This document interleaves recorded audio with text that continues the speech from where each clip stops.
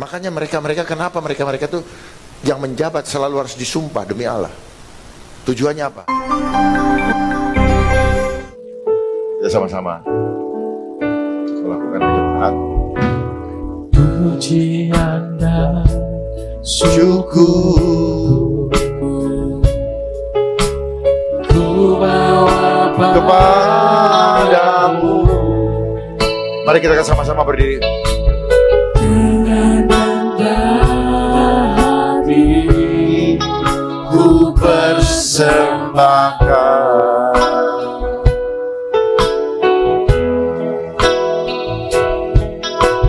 sadar bila ku hanya karya anugerah, bukan karena kekuatanku.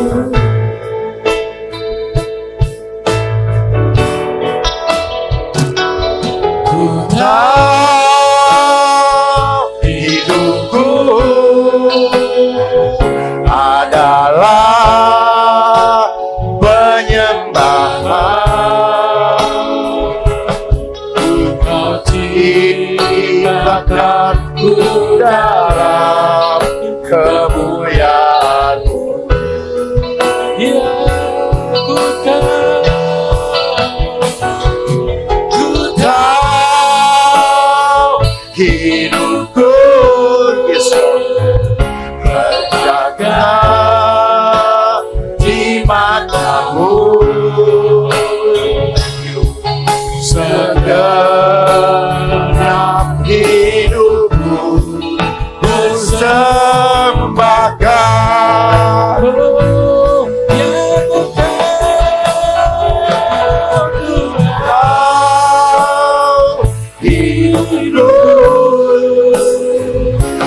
Adalah penyembahan.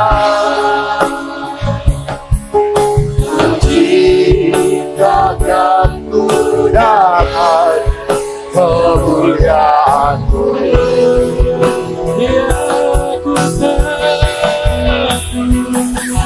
Ku tahu hidupku berharga di mata-Mu. Segenap hidup. Sekali lagi mari bersama-sama dengan berseru. Hari dalam hati kita katakan, ku tahu Tuhan. Ku tahu hidupku adalah penyembahan. Ciptakanku dalam kemuliaan-Mu. Ya ku tahu Tuhan. Ku tahu hidupku berharga di mata-Mu. Segenap hidupku persembahkan. Segenap hidupku ku persembahkan. Segenap hidupku persembahkan. Segenap hidup kami. Segenap hidupku persembahkan.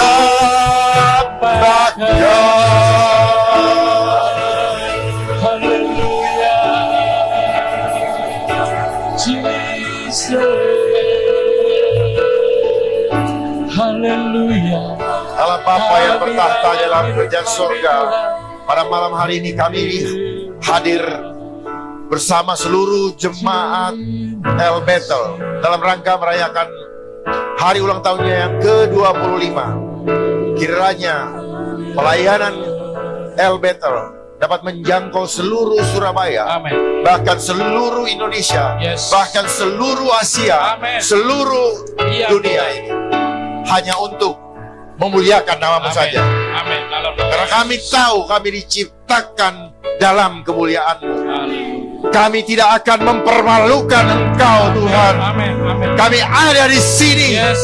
Haleluya. hanya untuk memperkayakan kepada dunia bahwa Allah yang kami sembah adalah Allah yang berkuasa, Raja di atas segala raja. Tidak ada satupun kekuatan di dunia ini yang mampu mengalahkannya. Kami klaim janji-Mu, Tuhan. Kami adalah warrior. Kami akan serahkan hidup kami dari hari ini sampai selama-lamanya. Amin.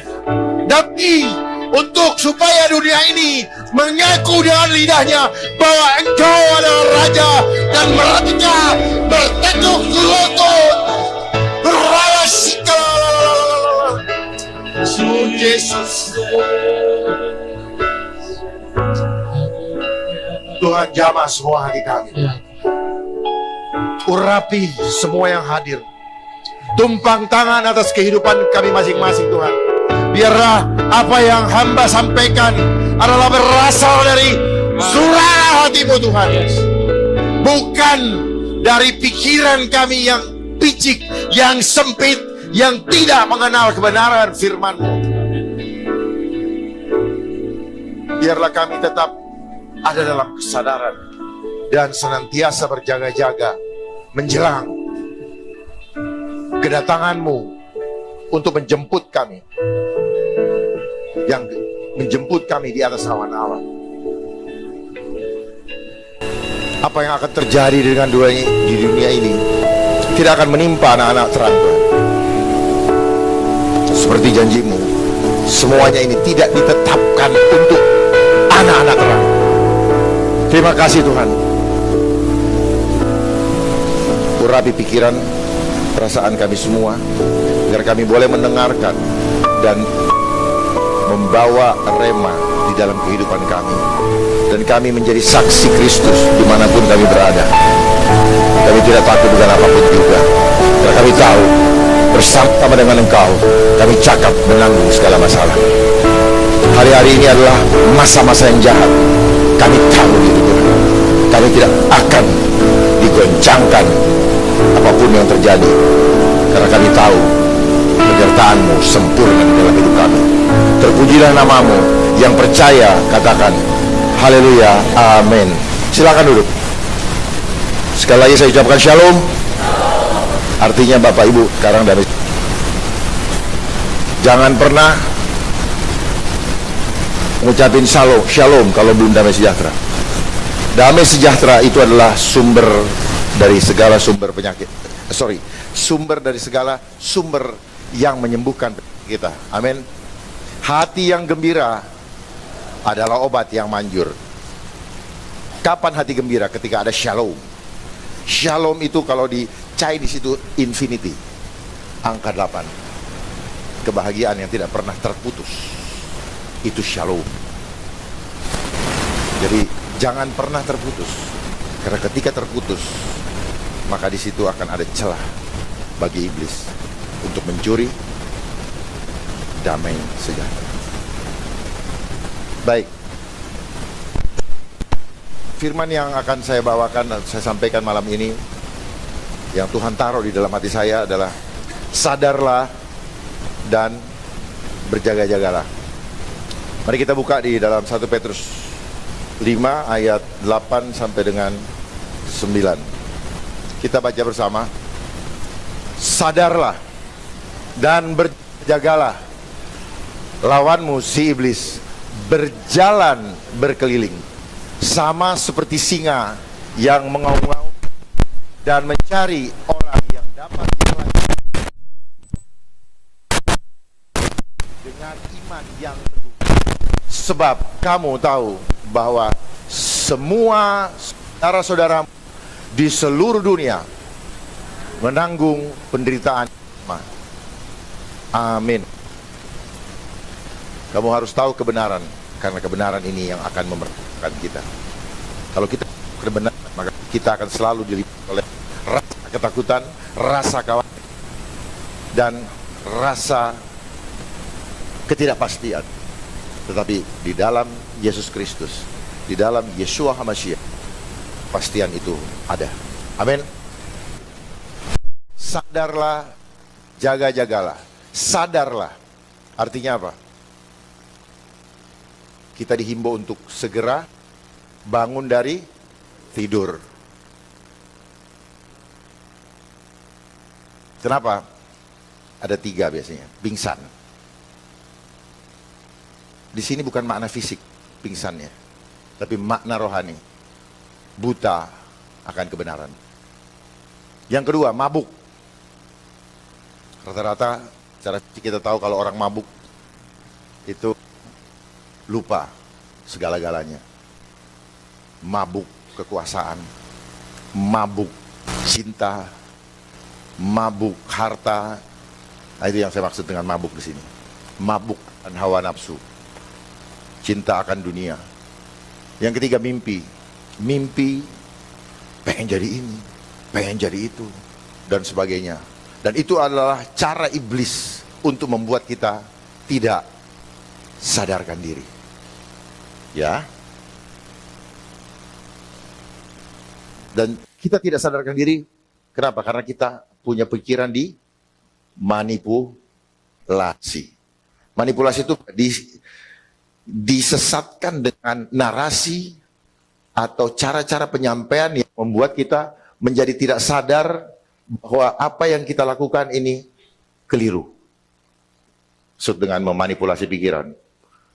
Yang kita anggap benar disampaikan oleh orang yang kelihatannya kredibel, kelihatannya dapat dipercaya, tetapi ketika dia sudah cinta akan uang, dia bisa dipakai untuk menyesatkan kita.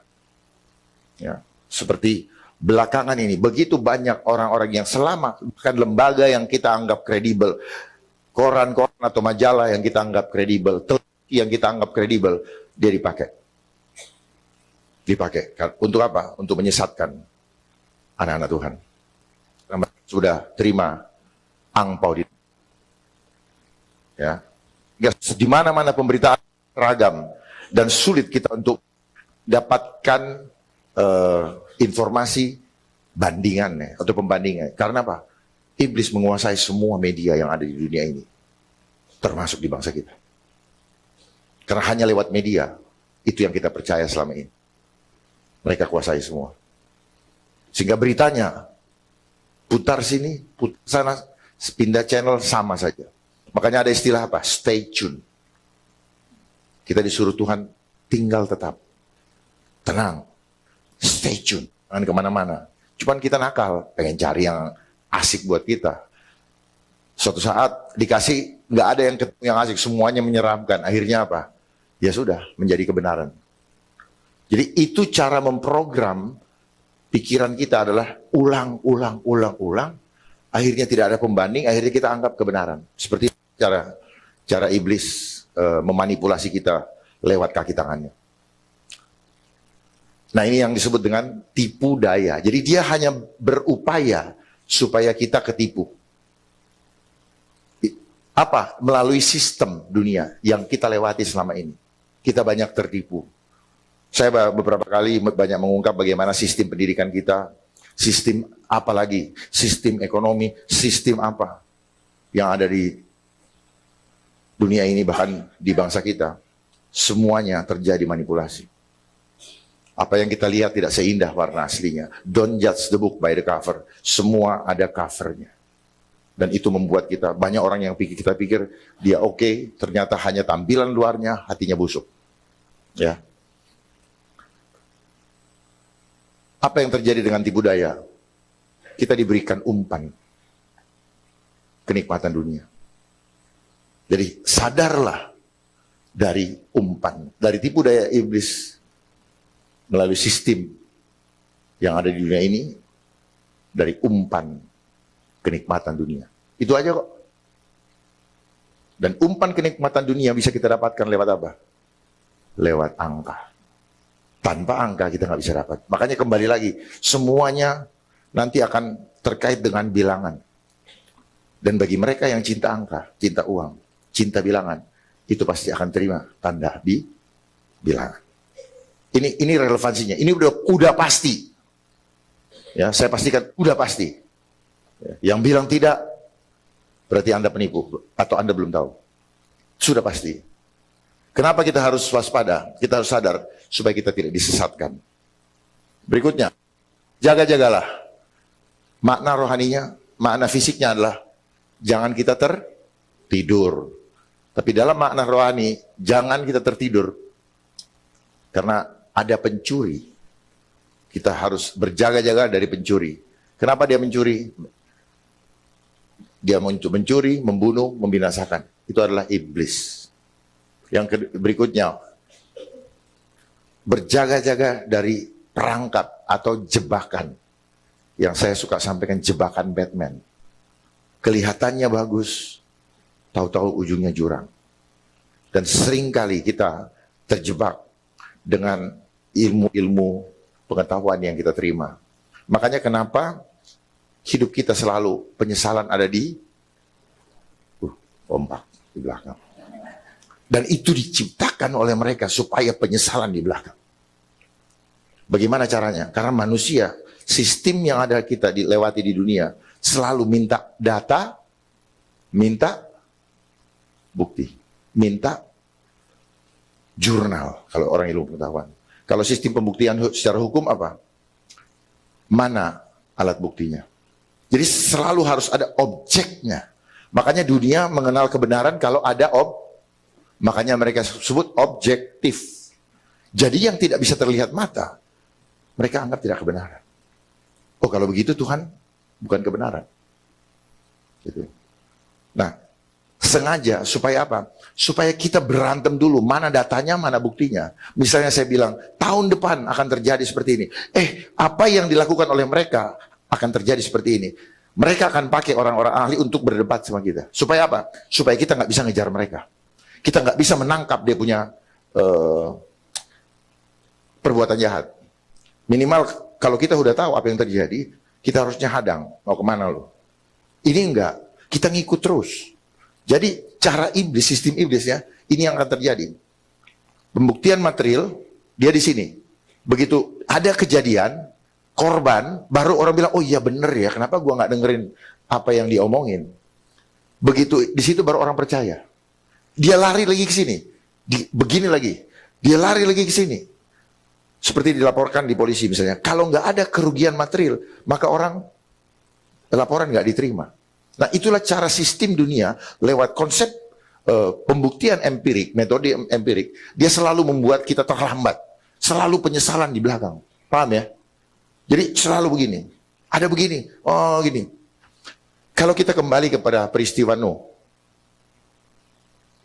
lalu kita bertanya, mana buktinya Nuh? Lalu apa yang terjadi? Kita yang akan menjadi bukti atau data. Data itu sejarah. Nah, orang-orang dunia selalu, yang benar, mana buktinya? Mereka selalu minta bukti. Ya, mana hasil penelitiannya? Hasil penelitian selalu adalah catatan dari sejarah. Makanya kita selalu terlambat mengantisipasi apa yang akan terjadi di depan. Itulah cara iblis membuat kita terjebak di dalam kesesatan. Karena kita terlambat, karena instrumen dunia sudah ada semua yang coba menghadang kita untuk membuktikan kebenaran itu. Makanya saya selalu bilang, time will tell. Waktu akan menjawab. Termasuk kesetiaan kita kepada Tuhan. Tidak dilihat daripada ketika saya berdiri seperti ini, Bapak worship kepada Tuhan, tidak akan dilihat. Justru masa krisis. Kalau kayak begini masih kelihatan setia.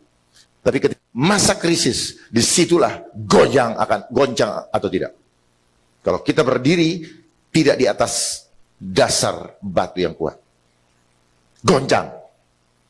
Saya pastikan goncang. Gitu. Kalau enggak mungkin. Karena itu adalah dasar iman yang kokoh yang Tuhan Yesus sudah sampaikan adalah bangun rumahmu di atas batu, bukan di atas pasir. Nah, perangkap sergapan. Kapan kita disergap? Ketika kita terlena. Kita sering terlena. Asik begini begitu. Kemarin itu, ada pandemi. Wah, goncang semua gitu. Kita tidak berjaga-jaga. Kita hidup dengan pikir besok akan begitu saja. Semua hitungan-hitungan kita, saya mau berlibur ke sini, saya mau pergi ke luar negeri, berantakan, goncang. Karena kita nggak berjaga-jaga. Ya. Mengandalkan harta. Terus nanti kemudian uang cash sudah nggak bisa lagi. Udah, kacau, goncang. Setelah goncang apa yang terjadi? Udah, jadi budak. Nurut. Ya. Karena mereka punya konsep, antikristus punya konsep apa? You will get happy, but you have nothing. Kamu akan saya kasih bahagia, tapi kamu tidak punya apa-apa. Ya. Catat omongan saya, ini akan terjadi. Jangan kumpulkan aset di dunia. Karena itu nanti akan diambil semua sama mereka. Sehingga kecele, dia bilang ini, kutipu kau. Percaya sama saya. Kita akan tertipu ketika mengumpulkan harta dunia. Itu kita akan diambil lagi sama dia. Kayak orang main judi gitu. Menang bandar. Disapu semua. Hati-hati. Ya. Berjaga-jagalah. Jangan sampai nanti akhirnya bunuh diri gara-gara berada di luar hitungan matematika kita. Nah, apa gunanya kita berjaga-jaga? Supaya kita bisa menguasai jiwa kita. Supaya kita tidak frustrasi, kita tidak stres. Supaya kita terhindar dari tipu muslihat iblis. Apa bedanya tipu daya sama tipu muslihat? Kalau tipu daya itu adalah upaya dia, kita belum ketipu. Si upaya iblis. Tapi tipu muslihat, kita adalah korban setelah terkena tipu daya. Ya, kadang-kadang kita bingung kan, ini tipis memang. Makanya kita harus berjaga-jaga supaya tidak kena tipu muslihat. Iblis sih melakukan tipu daya. Sekarang sistem tipu daya. Tapi apakah kita terkena tipu muslihat? Tidak. Jadi tergantung bagaimana kita. Apakah kita berjaga-jaga atau tidak. Kita sadar atau tidak. Orang yang tidak sadar pasti kena tipu daya. Kalau kita tidak berjaga-jaga, bablas. Sampai ke tipu muslihat. Nah, kita adalah korban daripada sistem manakala kita tidak mengerti kebenaran. Kenapa kita harus berjaga-jaga? Supaya tidak kehilangan anugerah keselamatan. Kita sudah menerima anugerah keselamatan dengan cuma-cuma. Pegang tiketnya. Tapi ini belum selesai. Kita harus bawa. Kita harus bawa ke loket. Kita ambil dari loket. Kita bawa ke depan bank. Serahkan kepada pemegang pemungut karcisnya. Baru kita masuk. Untuk makan bersama-sama dengan Tuhan Yesus di hadapan Allah Bapa. Kenapa kita harus berjaga-jaga? Supaya tidak binasa. Nah, tidak disesatkan dan tidak dibinasakan itu hanya bisa kita peroleh kalau kita setia sampai garis akhir dengan iman yang teguh untuk mendapatkan mahkota kehidupan. Haleluya. Baik, kita satu-satu. Kenapa kita harus sadar? 2 Korintus 11 ayat 3. Tetapi aku takut kalau pikiran kamu disesatkan dari kesetiaan kamu yang sejati kepada Kristus, sama seperti Hawa diperdaya oleh ular itu dengan kelicikannya. Rasul Paulus sampai memperingatkan, aku takut. Kenapa dia sampai takut? Kalau pikiran kamu, dia selalu bermain dengan pikiran. Iblis selalu mengintimidasi pikiran kita. Kamu disesatkan dari kesetiaan. Jadi kita merasa setia, tetapi kita setia dalam kesesatan. Seringkali kita merasa, saya tetap beriman, tapi iman kita dilandaskan kepada pemahaman yang sesat. Tapi kita nggak tahu kalau itu sesat. Kita tetap mengklaim kita beriman. Waspada, sadar. Ya, sadar. Jangan sampai diperdaya. Sesatkan dari kesetiaan kamu yang sejati. Sejati. Artinya sejati apa? Betul-betul teguh, betul-betul murni. Dia tidak kena deception, tidak kena manipulasi kepada Kristus, sama seperti Hawa diperdaya oleh ular. Ini adalah contoh di Taman Eden. Bermain seperti di Taman Eden. Cuman itu, bagaimana dia bermain?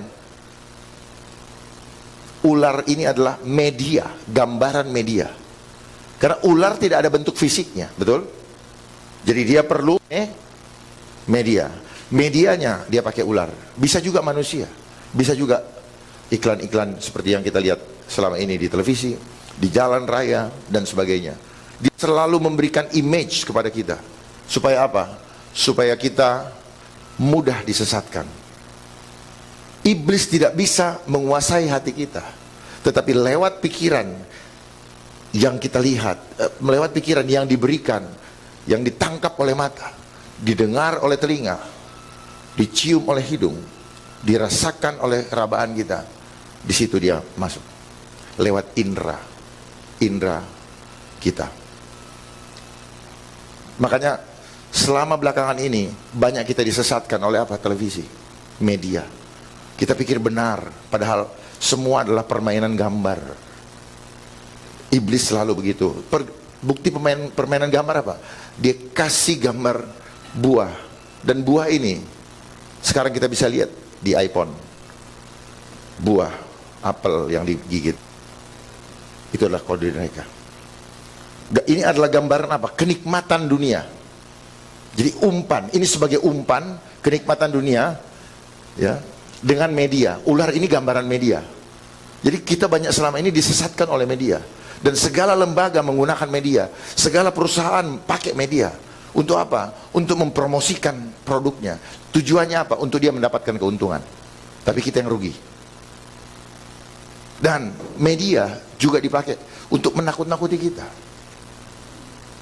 dengan segala macam penyesatan pemahaman didasarkan hasil sains. Kenapa digambarkan Hawa di Taman Eden kelicikan ular? Itu kenapa? Karena kita korban ilmu pengetahuan. Kita adalah korban juga, sama seperti Hawa, korban dari pohon pengetahuan. Jadi harus tahu ini ada hubungannya antara pohon pengetahuan dengan ilmu pengetahuan, sama. Makanya sekarang ada agama Scientology. Jangan kita worship of science, kita worship of God. Worship of science akan membuat kita jatuh dalam dosa. Dan kita adalah produk-produk sains, sehingga kita bukan semakin baik, malah semakin banyak dosa. Lihat di televisi sekarang, semua Tuhan bongkarkan, Tuhan izinkan. Sebenarnya yang bongkar iblis.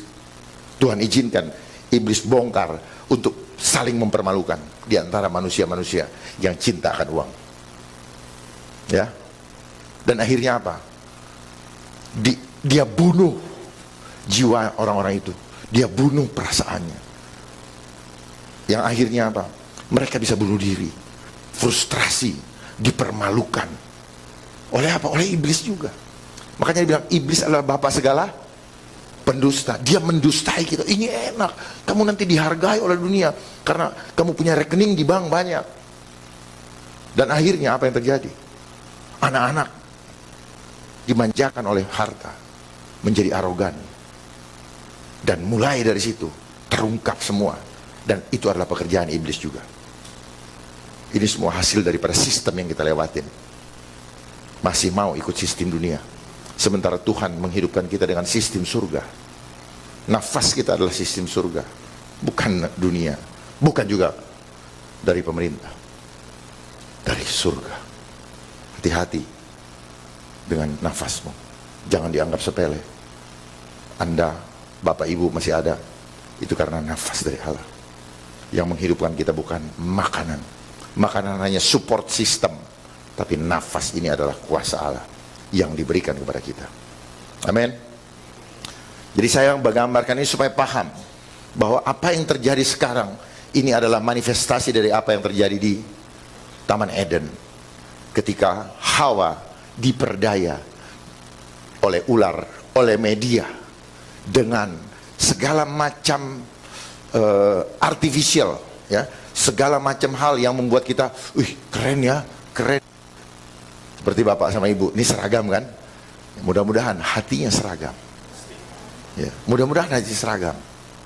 Ya, mudah-mudahan, karena saya nggak tahu. Ya, ini baju biru semua nih. Mudah-mudahan mentalnya seragam, imannya seragam. Ya, amin ya. Mudah-mudahan. Tapi itu bisa terlihat kalau apa? Implementasinya. Kalau di ruangan ini seragam, begitu keluar, yang satu naik Mercy, yang satu naik ojek. Nah, curang kan?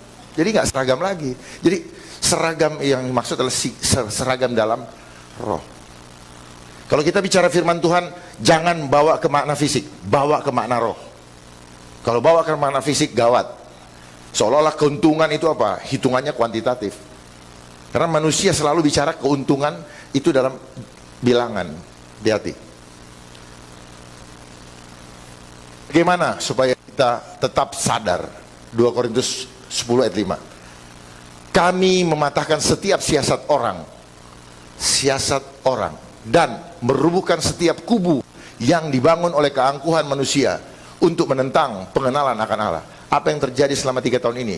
Kubu ini mereka, ya, dan kita sebagai anak-anak terang harus mematahkan siasat orang-orang itu, siasat mereka yang dan sistem untuk membuat kita tersesat. Kita patahkan kubunya. Jangan dipikir dia bisa bohongin kita. Kita patahkan kubunya. Kita bongkar semua permainan mereka demi kemuliaan Tuhan, supaya kita semua dan orang-orang tidak disesatkan oleh permainan licik si ular. Mereka bekerja begitu angkuh. Wah, galak sekali. Wah. Untuk menentang pengenalan, sehingga kita dilarang untuk beribadah, untuk menentang pengenalan akan Allah, sehingga KKR penyembuhan juga hilang. Padahal waktu itu wah luar biasa, mental-mental gitu. Yang ada kita mental imannya. Paham ya maksudnya? Supaya paham ya, supaya jangan kita hanya sekedar oh saya Kristen, oh nggak cukup. KTP nggak cukup. Justru KTP ada di Kristen itu bahaya, membuat kita terbelah. Kita jadi minoritas, mereka mayoritas, padahal itu nggak perlu. Inilah politik ya, yang tanpa disadari membuat kita merasa minoritas. Akhirnya gara-gara kita hitungan kuantitatif, jumlah kita kecil, mental kita kecil, lemot namanya. Jangan punya iman kaleng-kaleng. Milikilah iman yang 24 karat. Amin. Siap punya iman 24 karat?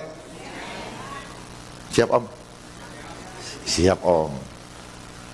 Om punya emas yang 24 karat. Ya, kalau iman nanti kita lihat. Filipi 4, kami menawan segala pikiran lagi. Ini pikiran, dia main selalu di pikiran. Kenapa saya tekankan di sini pikiran? Saya cari ayatnya supaya nyambung pikiran dan menaklukkannya kepada Kristus. Jadi kalau kita terfokus kepada ular, media, berita-berita bukan dari Tuhan, maka kita akan ditaklukkan. Makanya firman Tuhan di sini diminta apa? Menaklukkan kepada Kristus. Taklukkan, tawan dan taklukkan pikiran kita. Tawan itu apa? Udah jangan kemana-mana, stay tune. Supaya apa? Supaya kita tidak bisa disesatkan. Stay tune. Tetapi kita cari-cari online ya kan, baju bagus ini nyari terus, nggak dicari, nyari orang. Coba ya, siapa yang pegang gadget ini? Kita nggak dicari, kok nggak dicari weh, cari lagi, lucu gitu. Terus kalau mereka kita online marah, mentang-mentang gue sekarang udah nggak siapa-siapa, lu nggak jawab, padahal kita juga lagi pusing memang. Dia iblis membuat itu. Tadi siang saya lupa kasih contoh bahwa ketika bapak pegang handphone itu badan bapak rusak. Saya mau kasih contoh tapi nggak sempat tadi. Ya. Kita harus seminar 3 hari khusus untuk handphone. Biar saya bongkar satu-satu. Jadi kembali lagi ya, ini pikiran penting sekali untuk kita jaga. Karena lewat pikiran memberikan gambar-gambar kenikmatan dunia sehingga kita memilih atau menyerahkan hati kita untuk dikuasai. Iblis nggak bisa kuasai hati ternyata.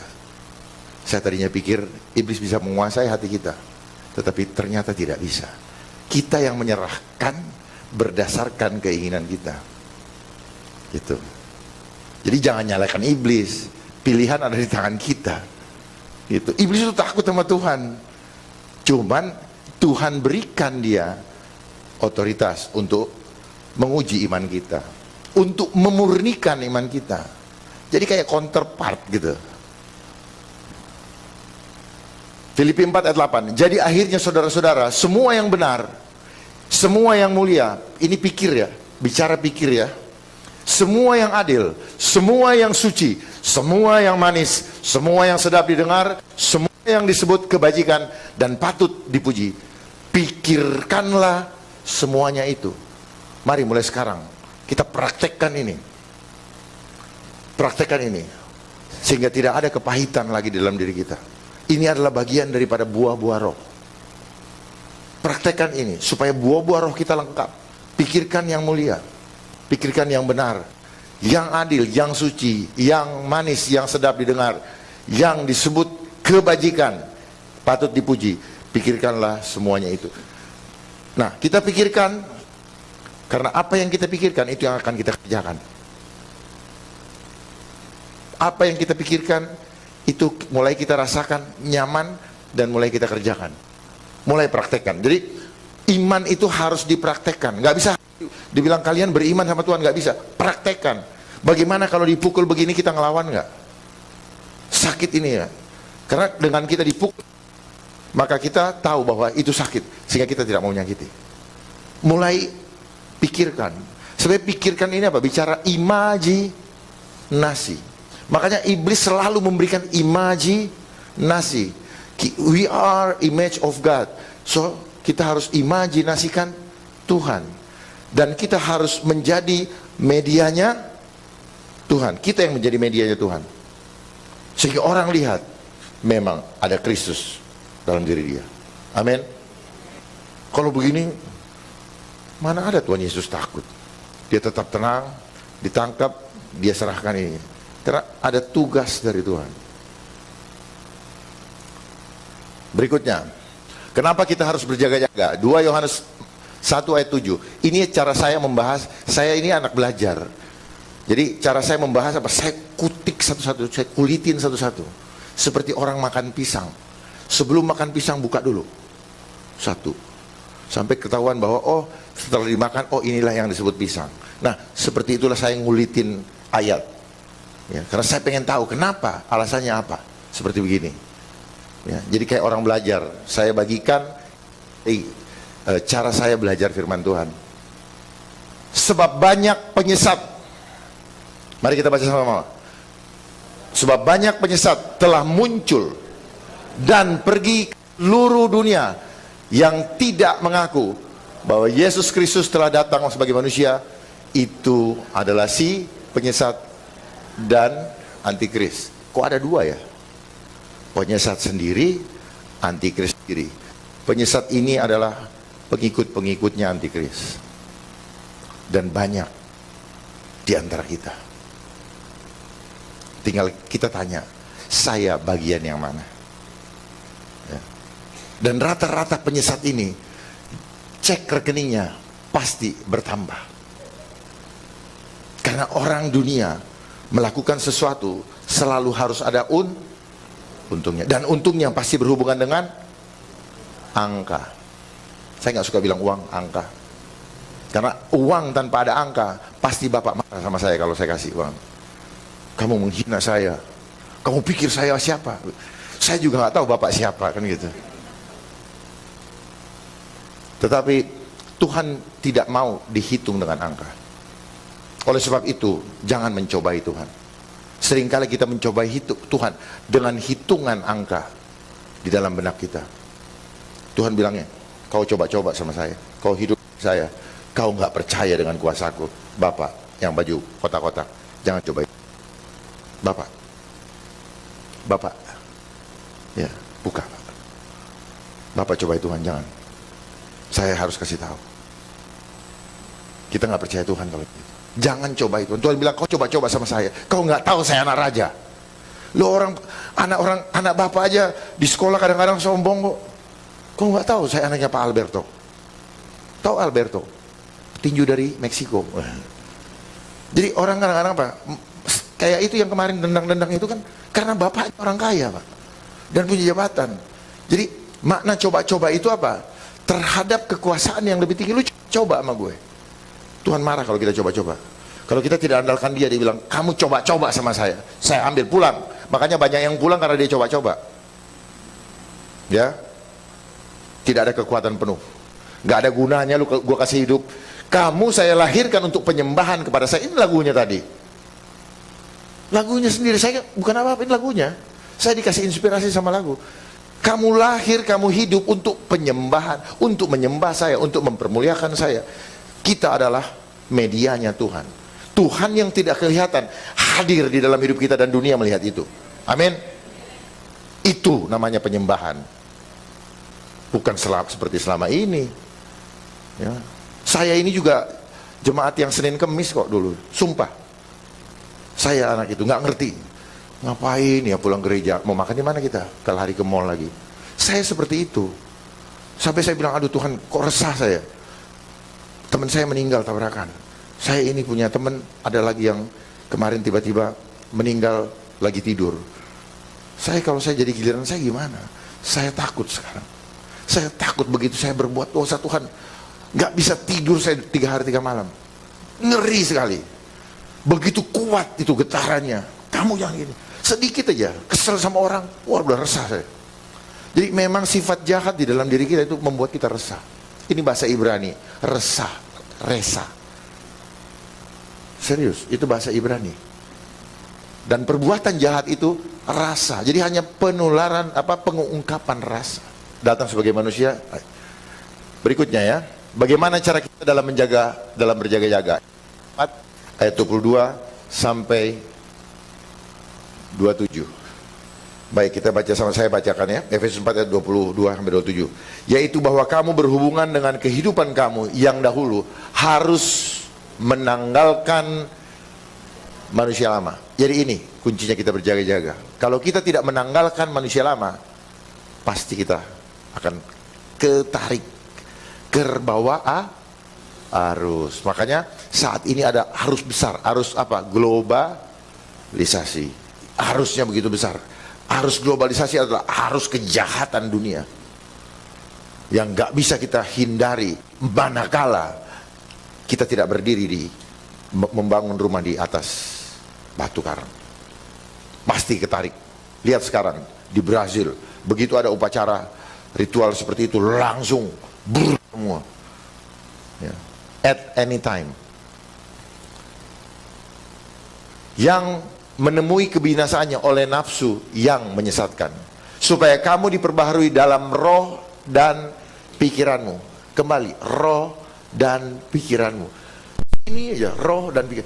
Roh ini sebenarnya dia berbicara tentang jiwa, hati kita, pikiran kita. Jadi, tapi sebenarnya kalau dalam pendidikan dunia, pikiran perasaan dijadikan satu dan kehendak kita. Pikiran perasaan itu akan mempengaruhi langkah yang kita lakukan. Kalau pikiran dan perasaan kita tidak disertai dengan iman yang kuat, maka kita akan mengikuti pikiran dan perasaan ini. Ini bahaya. Ini zona pertempuran dengan iblis di pikiran. The battlefield of our life is in our mind. Makanya dunia bilang perubahan mindset. Saya pikir perubahan mindset menjadi lebih bagus. Enggak. Jadi mindset new normal. Mindset new normal. Disuruh menolong orang tapi segini kan.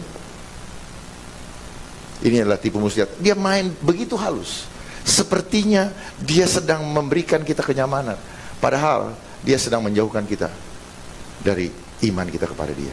Dan mengenakan manusia baru yang telah diciptakan menurut kehendak Allah di dalam kebenaran dan kekudusan yang sesungguhnya. Jadi kita kalau tidak menanggalkan manusia lama, tidak mengenakan manusia baru, maka kebenaran dan kekudusan tidak akan ada pada kita.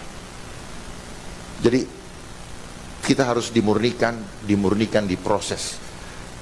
Kadang-kadang kita perlu dianiaya supaya kita kembali kepada Tuhan. Allah bekerja dalam segala sesuatu untuk mendatangkan kebaikan. Itu maksudnya. Jangan salah menggunakan ayat itu. Bukan kesalahan kita mulai benar-benarkan. Kita harus diproses untuk mendatangkan kebaikan. Karena itu buanglah dusta dan berkatalah benar. Mari kita sekarang declare komitmen, berani bicara benar, tinggalkan dusta.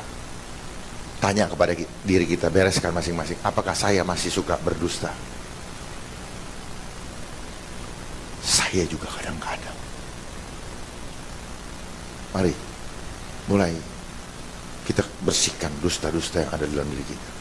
Kita sama-sama tidak sempurna, tapi lewat firman ini mari kita bersihkan dusta supaya kita bisa berjaga-jaga. Karena kalau enggak, kita mentolerir hal kecil sehingga kita tidak sadar bahwa kita sudah terjebak oleh tipu daya iblis.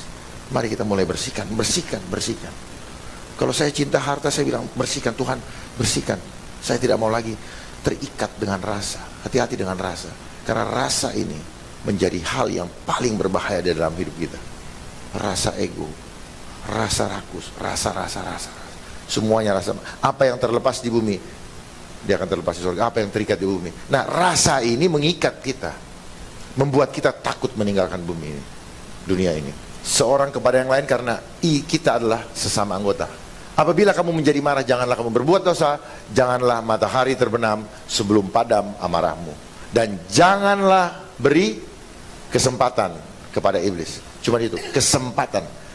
Makanya kita harus berjaga-jaga supaya apa? Jangan sampai kita lengah, dia ambil peluang itu. Karena iblis itu, dia selalu berjalan berkeliling sejak dulu untuk mencari orang yang memberi kesempatan. Dan seringkali kita memberi kesempatan. Pergi ke mana? Saya dulu pergi ke karaoke. Itu kan memberikan kesempatan. Kita pergi ke sini, kita yang memberikan kesempatan sebenarnya, membuka celah. Ya. Itu yang bahaya. Di sana kita gak enak sama teman. Mulai, ayolah, sekali-sekali lah. Sekali-sekali tiap hari sekali-sekali. Dan bablas. Setelah bablas, lupa, edik, dan seterusnya. Nah, gaya saya ngomongkan kayak orang marah. Saya nggak marah. Tapi orang berpikir marah, ya sudahlah. Itu kan persepsi. Ya. Tapi saya diberikan suara seperti ini supaya saya bisa menggertak mereka yang suka menyesatkan kita. Ini anugerah. Kalau nggak suara kayak begini, mereka yang gertak saya. Nggak ada. Saya yang mengaum-ngaum untuk mereka. Makanya saya pakai baju seperti ini. Ini untuk apa? Supaya saya terinspirasi dengan The Lion of Judah. Walaupun saya sendiri, saya dimusuhin oleh orang lain, saya akan tetap berdiri tegak. Karena apa? Yang berperang adalah Tuhan. Amin. Selanjutnya, siapakah si iblis? Wahyu 12 ayat 9. Dan naga besar itu, si ular tua yang disebut iblis atau setan, yang menyesatkan seluruh dunia, dilemparkan ke bawah. Ia dilemparkan ke bumi bersama-sama dengan malaikat-malaikatnya. Jadi siapakah si iblis? Si naga besar. Saya agak tidak enak karena naga ini disenangi oleh saudara-saudara dari sono. Saya agak nggak enak. Tapi ini firman Tuhan, saya minta maaf. Ya. Tapi mohon maaf, saya tidak minta maaf sama iblis. Saya minta maaf sama perasaan. Ya. Tapi ini firman Tuhan. Kenapa dibilang naga besar? Kenapa nggak dibilang naga kecil? Saya lagi tanya sama Tuhan, Tuhan kenapa? Ada klasifikasinya besar dan kecil. Sementara di Indonesia ada namanya naga bonar. Dan dia sudah pernah jadi wakil gubernur Jawa Barat. Sekarang dia main iklan lagi, ya, karena sudah perlu pemasukan baru. Ya.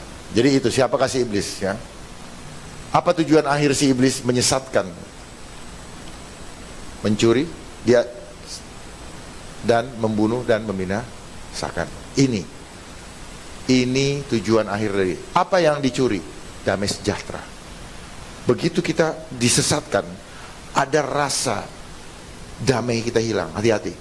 Jadi bagaimana menguji? Ujilah setiap roh. Uji damai sejahtera enggak? Kalau ada yang enggak nyaman, enggak sulit kok. Kalau ada yang enggak nyaman, ada yang enggak damai, membuat kita tenang, ini ada sesuatu, something wrong. Dari Tuhan tidak pernah membuat ketidaktenangan, selalu damai. Amin. Ini tolok ukurnya, biar gampang. Jangan dipikir susah-susah amat tuh, ujilah setiap roh, nggak usah. Ini adalah bait Allah, dia selalu berbicara kepada kita melalui hati nurani kita. Ujilah setiap roh, nggak usah pakai tetek bengek, kita rasakan. Tapi kalau kita tenang, kita berjalan dengan nyaman. Membunuh, dia karena kita tersesat, dia curi damai sejahtera. Banyak orang yang dibully dan akhirnya apa? Banyak yang bunuh diri atau dibunuh orang karena dia melakukan hal-hal yang tidak damai. Dia maki orang, dia ini orang. Kita menjadi ini, kita sombong dengan apa namanya? Dengan harta-harta yang tidak berkenan kepada Tuhan. Akhirnya apa? Kita melakukan hal-hal yang membunuh jiwa kita. Seperti yang kita lihat sekarang.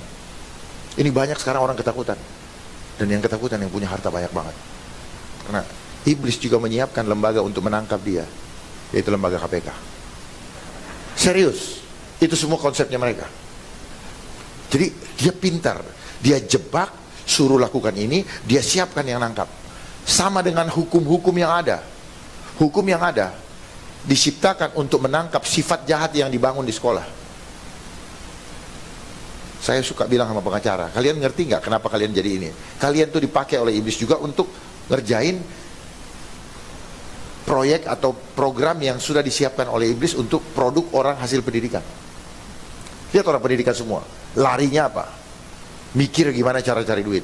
Dan hukum, karena tempat pekerjaan tidak banyak, akhirnya apa? Akhirnya semua kreativitas yang dibangun di sekolah dipakai untuk menipu orang. Pernah nggak kita terpikir, kenapa lahir di program harus masuk ke sekolah? Pernah nggak? Nggak ada Tuhan menyuruh kita sekolah.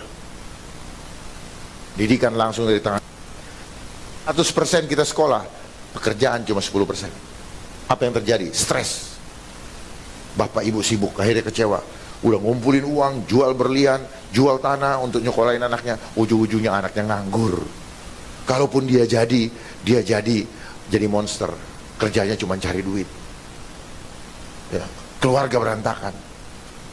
Hati-hati dengan program emansipasi. Tujuannya apa? Untuk menjauhkan anak dari ibunya. Dengan alasan ekonomi. Untuk memenuhi kebutuhan ekonomi. Hati-hati. Ada udang di balik batu.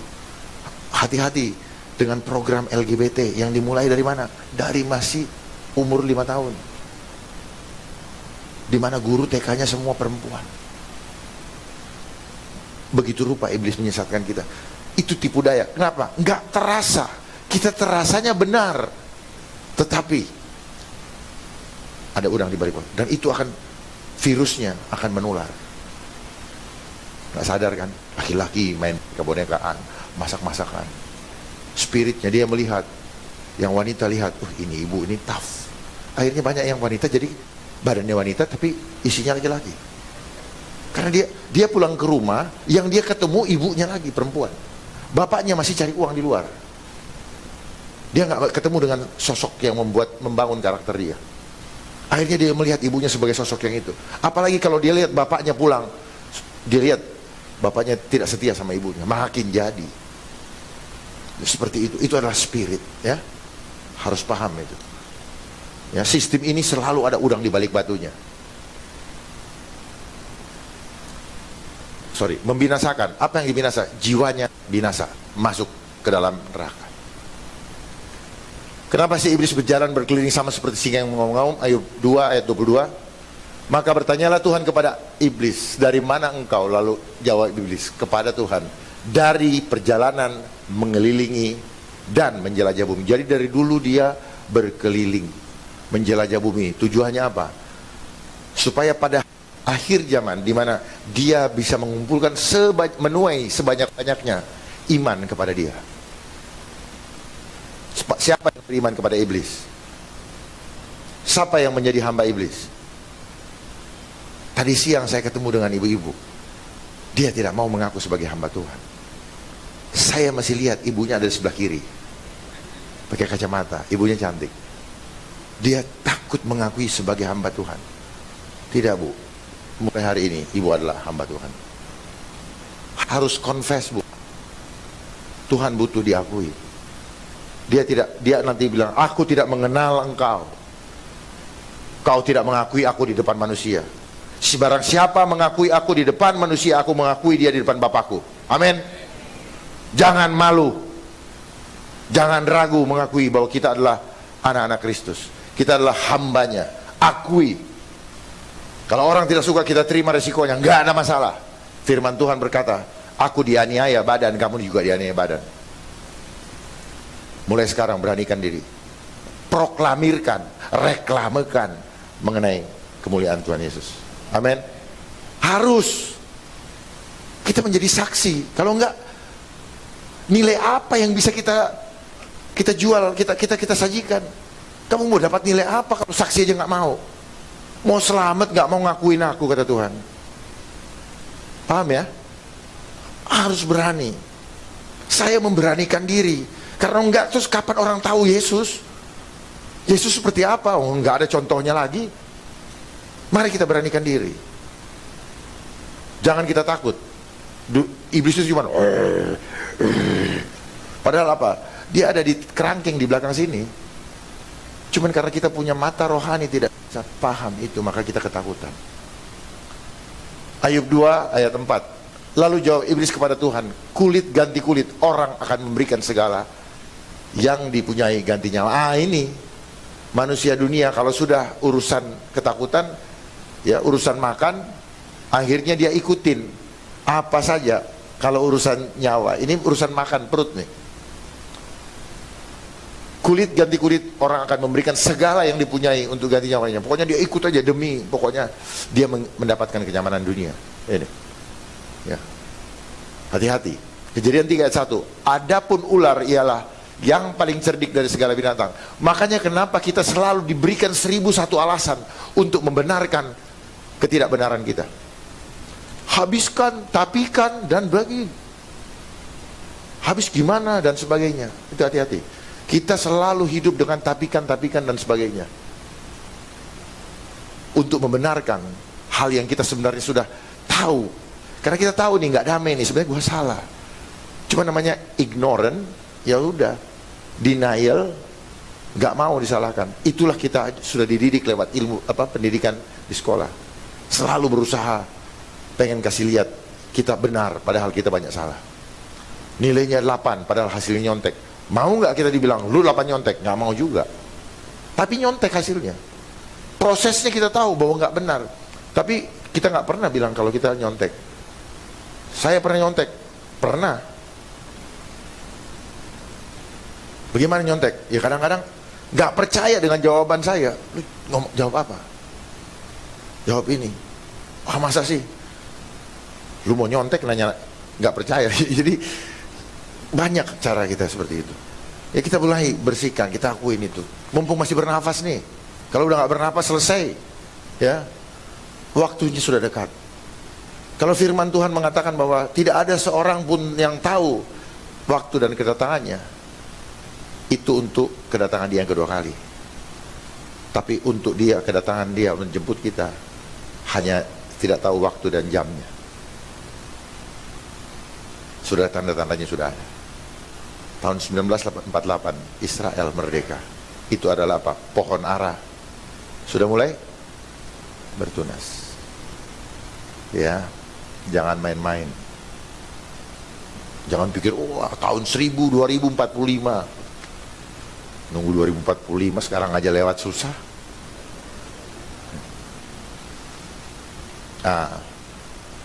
Di darat yang menjadi Tuhan, ular itu berkata kepada perempuan itu, tentulah Allah berfirman, semua pohon dalam taman ini jangan kamu makan.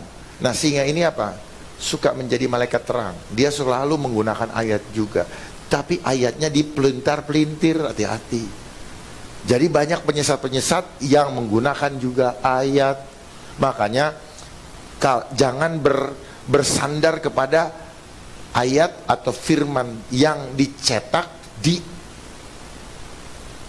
kertas oleh manusia. Tanya Tuhan, Tuhan ini maknanya sudah benar belum? Karena mereka sudah memanipulasi. Tujuannya untuk apa? Untuk menyesatkan dunia ini. Dan ada Bible International, itu di bawah UN juga, sama seperti tadi lembaga-lembaga tadi. Dan semua diseragamkan untuk apa? Untuk memuluskan pemerintahan antikris atau New World Order. Sehingga kita ini seperti yang saya bilang tadi, Roma 13 ayat 1 yang kata pendapat. Enggak, di dalam King James dibilang let every soul subject unto the higher power. Jadi betul-betul soul, dia bicara soul, jiwa kita harus terhubung tuh, tunduknya kepada yang maha kuasa, bukan kepada dunia ini. Hati-hati. Makanya kenapa mereka tuh yang menjabat selalu harus disumpah demi Allah. Tujuannya apa? Dia tidak boleh melakukan perintah di luar firman Tuhan. Itu. Jadi bukan berarti itu terus kemudian itu, enggak. Kita hormatin dia, tapi sepanjang sesuai dengan firman Tuhan. Itu. Jangan disesatkan. Bagaimana cara atau siasat iblis di dalam menyesatkan? 2 Korintus 11 ayat 13 sampai 15. Sebab orang-orang itu adalah rasul palsu, pekerja curang, yang menyamar sebagai rasul Kristus. Banyak nggak sekarang? Banyak. Ya. Hal itu tidak usah mengherankan, sebab iblis menyamar sebagai malaikat terang. Iblis pun menyamar sebagai malaikat terang. Jadi kalau kita yang di dunia ini bisa juga, pasti ngikutin. Kita ini kan orang yang nyontoh. Contoh menyamar kan dari dia. Saya juga dulu belajar menyamar. Muka dicoret-coret, pakai ini. Atau menyamar pakai apa? Wig. Menyamar, kan contoh. Saya selalu mencontoh. Kita manusia yang nyontoh semua. Jadi bukanlah suatu hal yang ganjil jika pelayannya menyamar sebagai pelayan kebenaran. Jadi jangan sampai kita disesatkan oleh pelayan-pelayan yang mengatasnamakan dia, tetapi dia menyesatkan kita. Ada firman-Nya. Kesudahan mereka akan setimpal dengan perbuatan mereka. Saya mengatakan, siap-siap Anda bertanggung jawab apabila Anda menyesatkan tubuh Kristus. Karena tubuh Kristus, barang siapa menghancurkan baitku, aku akan hancurkan dia. Ya. Ini ayatnya ada. Apa gunanya kita mengetahui siasat si iblis? Supaya iblis jangan beroleh keuntungan atas kesesatan yang kita alami. Paham ya? Supaya iblis jangan beroleh keuntungan. Karena dia cuma bikin untung rugi aja. Kita juga jadi untung rugi. Dan untung rugi itu selalu dihitung dengan angka, gak ada yang lain. Ya. Cinta pun untung rugi. Banyak orang cerai gara-gara apa? Angkanya udah berkurang. Alasannya apa? Rasa cintanya hilang karena angkanya. Luar biasa. Gitu. Dan mulai cari alasan. Dia mulai tidak perhatiin saya. Dia mulai, udahlah. Namanya ini jujur aja lah. Emang lu bosen aja. Lo betul kan? Seringkali orang seperti itu. Bahkan kalau lagi cinta-cintanya apa? Kalau tidak ada dia aku mati. Woi. Ketemu 5 tahun lagi sana, dia udah banyak pindah lagi. Kenapa lu gak mati-mati? Ya dulu aja kan gue cuman action doang. Gitu. Dulu bapak gitu gak? Tanpa ibu bapak mati? Enggak kan? Iya. Jangan dong. Jangan dong. Tanpa Yesus aku tidak dapat aturan apa-apa. Jangan karena ibu. Gitu. Hati-hati, rasa bapak jangan sampai tidak bisa bapak lepaskan dari ibu. Gitu. Karena ini bahaya sekali rasa itu. Yesus yang utama. Siapakah orang-orang yang dapat ditelan oleh iblis? Yohanes 4 ayat 8 Yohanes 8 ayat 44. Kamu yang mana? Yang tidak hidup dalam kebenaran. Jadi kalau kita tidak hidup dalam kebenaran, kita yang ditelan iblis. Berarti iblis adalah bapa kita karena kita melaksanakan keinginan bapa kita. Sebab di dalam dia tidak ada kebenaran. Apabila ia berkata dusta, ia berkata atas kehendaknya sendiri, sebab ia adalah pendusta dan bapa segala pendusta. Bagaimana mengukur orang berbicara dusta? Lihat firman Tuhan. Dia berbicara sesuai dengan firman Tuhan tidak? Karena hati-hati, firman yang saya baca selama ini, saya banyak mendapatkan deception, penyesatan. Bahasa aslinya corrupt communication. Jadi korupsi narasi, korupsi makna, itu ada di Alkitab. Bahkan terjemahan baru mengatakan apa? Janganlah berbicara kotor. Ternyata berbicara kotor di terjemahan yang aslinya saya baca, terjemahan King saya baca adalah corrupt communication. Jadi banyak diantara, misalnya saya menyampaikan kebenaran, saya kurangin, itu namanya saya korupsi. Saya menyampaikan kebenaran, saya tambahin, itu namanya korupsi juga. Ada dalam firman Tuhan. Di terjemahan baru tidak akan kalian dapatkan. Bahkan ada terjemahan lagi yang terbaru lagi nih, saya udah gak mau baca deh. Karena itu arahnya supaya apa? Membolehkan LGBT. Ngeri. Tapi terjemahannya ya resmi. Coba ngerti Pak. Sekarang di mana-mana, oh gambar apa semua, sampai Apple jadi sudah warnanya LGBT, warna pelangi. Dan itu adalah tandanya mereka menghina perjanjian Tuhan dengan manusia, dengan Nabi Nuh. Di mana Tuhan berjanji bahwa aku tidak akan menghancurkan bumi ini walaupun manusia berbuat jahat. Jadi apa yang terjadi di sekarang termasuk gempa bumi itu adalah rekayasa manusia sendiri. Cuaca, kehancuran ekonomi, resesi, itu adalah rekayasa manusia supaya manusia-manusia yang menjadi antek-antek antikris. Supaya apa? Kita gusar, kita goncang, dan kita disuruh mencari perlindungan. Tapi perlindungan yang sejati hanya ada di dalam nama Yesus Kristus. Dan keselamatan tidak ada di dalam manapun di bawah kolong yang tinggi. Dan hanya kepada namanya diberikan kuasa, yaitu namanya Yesus, Yeshua HaMashiach. Amin. Pahami itu. Ya. Firman Tuhan berkata, dengarkanlah dia. Kita nggak disuruh dengar siapa-siapa. Bukan dengarkan Musa. Musa adalah representatif dari Nabi, Elia representatif dari manusia. Tapi dengarkan dia, nggak siapa-siapa.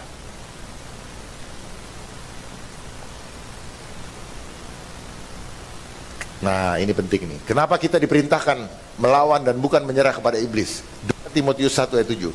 Sebab, mari kita baca sama-sama. Sebab Allah memberikan kepada aku bukan roh ketakutan, melainkan roh yang membangkitkan kekuatan, kasih dan ketertiban. Amin. Membangkitkan kekuatan. Kekuatan apa? Iman. Kasih sempurna. Kalau ada ketakutan, maka kasih kita tidak sempurna. Kasih Bapa tidak ada pada kita. Dan ketertiban. Ketertiban itu apa? Tidak melenceng ke kiri dan ke kanan. Dia bulat cintanya. Sepenuh hati. Nah, kita ini kadang-kadang cinta separuh-separuh. Cintaku terbelah dua. Dan Tuhan tidak menginginkan orang yang punya berhati mendua hati. Allah tidak memikirkan. Jadi ketakutan itu apa? Roh kan? Ya, dan iblis yang megang kendali roh ketakutan ini. Karena dia bukan roh keberanian. Orang yang pegang roh keberanian, dia akan berani menyatakan kebenaran. Tapi orang yang dikuasai roh ketakutan, dia selalu ketakutan. Dia akan selalu tidak punya percaya diri. Dia akan selalu tidak berani untuk menyatakan bahwa aku adalah pengikut Kristus. Seperti apa? Seperti yang terjadi ketika masa krisis di mana Petrus menyangkal Tuhan Yesus tiga kali. Padahal dia tiap hari bersama-sama. Jadi Petrus aja yang tiap hari bersama-sama bisa menyangkal, apalagi kita. Yudas tiap hari bersama Yesus. Di ujungnya gara-gara hepeng dia tambias. Dia mengkhianati, terima recehan. Dan banyak di antara kita demi recehan kita mengorbankan iman kita. Demi gaji 5 juta, kita korbankan iman kita. Demi gaji 10 juta, 100 miliar, kita korbankan iman kita. Demi naik pesawat, kita korbankan iman kita. Demi masuk mall, kita korbankan iman kita. Hanya demi untuk mendapat mahkota kemuliaan Tuhan. Kita harus bayar dengan harga yang mahal, karena Dia sudah membeli kita dengan lunas. Amin, Ibu. Ibu ini lucu. Ya, Ibu ini saya perhatikan damai sejahtera. Amin. Tuhan sayang Ibu. Makanya saya tiba-tiba lihat muka Ibu. Wahyu 21 ayat 8. Nah, kenapa kita harus melawan bukan menyerah? Karena orang penakut yang sudah dibaca tadi pagi, Wahyu 21 ayat 8. Mari kita baca sama-sama. Tetapi orang-orang penakut, orang-orang yang tidak percaya, orang-orang keji, orang-orang pembunuh, orang-orang sundal, tukang-tukang sihir, penyembah-penyembah berhala, dan semua pendusta, mereka akan mendapatkan bagian di dalam lautan yang menyala-nyala oleh api dan belerang. Inilah kematian yang kedua. Amin. Kita kategori orang-orang penakut tidak? Jujur, gak usah dijawab, nanti tandain aja, ya. Penakut ditaruh nomor 1, yang masuk neraka. Firman Tuhan, bukan saya. Kalau saya bisa kalian tentang firman Tuhan. Makanya kalau pakai ayat aman. Kalau mau dimarahin orang, nggak apa-apa. Dia berhadapan dengan firmannya. Cilaka, hati-hati main-main dengan orang yang diurapi Tuhan. Orang-orang yang tidak percaya kepada Tuhan, percayanya sama apa kemarin tuh? Percaya sama virus gadungan. Tuhan marah, ya. Orang-orang keji, orang-orang yang kemarin marah-marah atau menista kita, tidak boleh ibadah. Catat itu, ya. Akan mendapat bagian di tempat paling dasar, diikat lehernya pakai kilangan, batu kilangan. Serius, lihat nanti. Kenapa saya ngomong? Karena kita yang akan memerintah nanti bersama-sama dengan Yesus. Amin. Kita akan turun setelah menerima bema, tahta bema, peradilan bema. Kita akan turun bersama-sama dengan Kristus, bersama orang-orang benar untuk memerintah. Amin. Wow, luar biasa. Terus orang-orang yang pembunuh, kita bisa lihat saat ini. Orang-orang sundal, tukang-tukang sihir. Tukang-tukang sihir ini apa? Termasuk kategorinya apa? Parmakea. Parmakea apa? Tahu parmakea kan? Parmakea adalah bahasa Yunani, bahasa Inggrisnya pharmacy.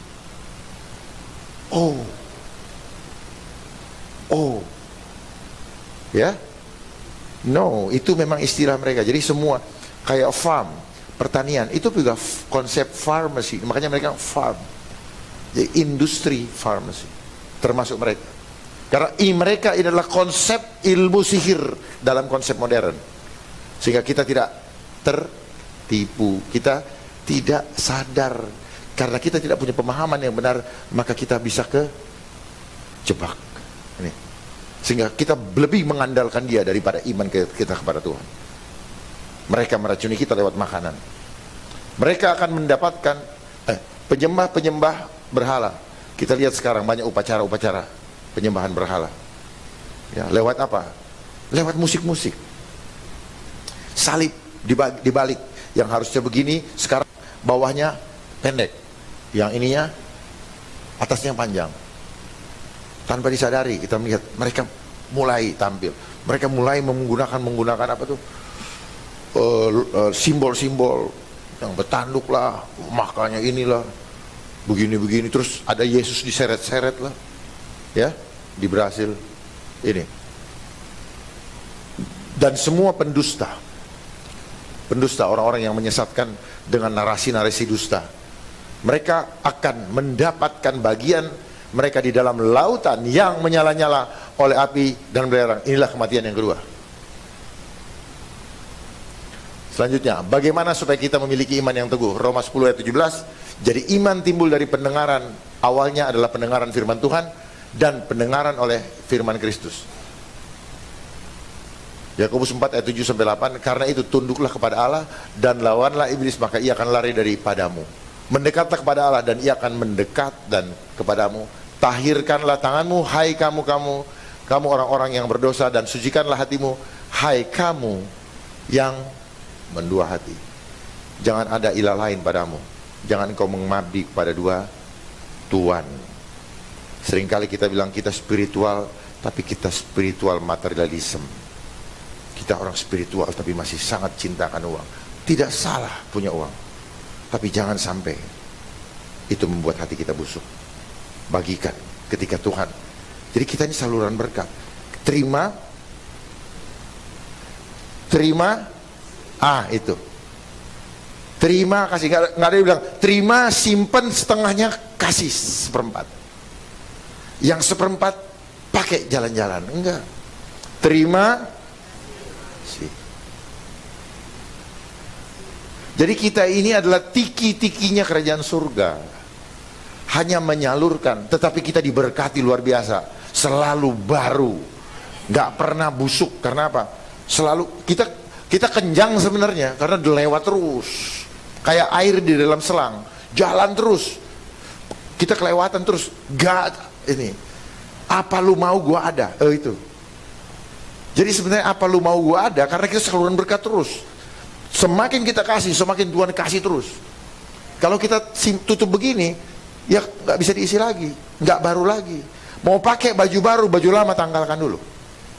Kalau nggak kayak anak-anak sekarang balapan, baju lama ada, baju baru ada.